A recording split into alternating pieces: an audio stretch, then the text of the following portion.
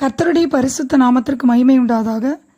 இன்றைய வேத வசனம் எபேசியர் 2:1. அக்கிரமங்களினாலும் பாவங்களினாலும் மரித்தவர்களாய் இருந்த உங்களை உயிர்ப்பித்தார். இரட்சிப்பை அடைவதற்கு முன்பு நமது மாம்ச இச்சையின்படி நடந்து நமது மாம்சமும் மனதும் விரும்பின எல்லாவற்றையும் செய்து கர்த்தருடைய கோபத்துக்குள்ளானோம்.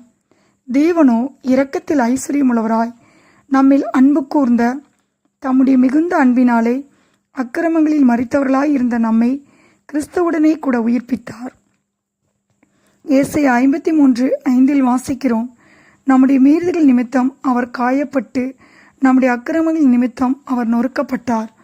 பாவமுள்ள மனிதன் தேவனோடு ஐக்கியம் கொள்வது கூடாத காரியம். தேவனிடமிருந்து பிரிக்கப்பட்டிருந்த நமக்காக இயேசு கிறிஸ்து தம்முடைய ஆத்துமாவை மரணத்தில் ஊற்றி அக்கிரமக்காரில் ஒருவராக எண்ணப்பட்டு நம்முடைய பாவத்தை அவர் சுமந்தார். நம்மை அவர் உயிர்ப்பித்தார்.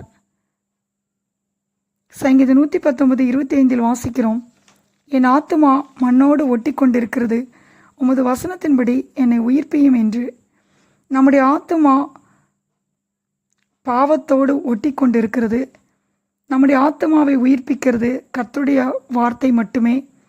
அவருடைய வார்த்தையை நாம் விசுவாசிக்கும் போது, அவருடைய வார்த்தைக்கு நாம் கீழ்ப்படியும் போது நாம் உயிர்ப்பிக்கப்படுகிறோம். உமது கிருபையின்படி என்னை உயிர்ப்பியும் என்று சங்கீதம் 119:88 வாசிக்கிறோம்.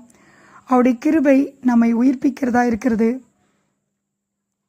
யோவான் 6:63 வாசிக்கிறோம், ஆவியே உயிர்ப்பிக்கிறது, அவருடைய வசனங்கள் ஆவியாயும் ஜீவனாயும் இருக்கிறது, அவருடைய வார்த்தையில் ஜீவன் உண்டு, தேவன் ஆவியா இருக்கிறார் என்று யோவான் 4:24 வாசிக்கிறோம். அவருடைய வார்த்தையும் ஆவியாயும் ஜீவனாயும் இருந்து நம்மை உயிர்ப்பிக்கிறது. அவருடைய வார்த்தையை நாம் கை கொள்ளும்போது நாம் பாவத்திற்கு மரித்து நாம் இயேசுக்காக பிழைத்துக் கொள்கிறோம்.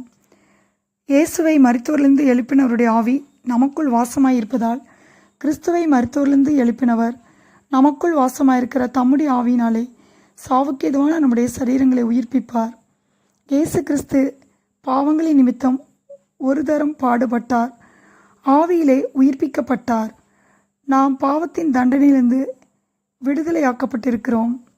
யோவான் 5:21 வாசிக்கிறோம், பிதாவானவர் மரித்தோரை எழுப்பி உயிர்ப்பிக்கிறது போல குமாரனும் தமக்கு சித்தமானவர்களை உயிர்ப்பிக்கிறார் என்று.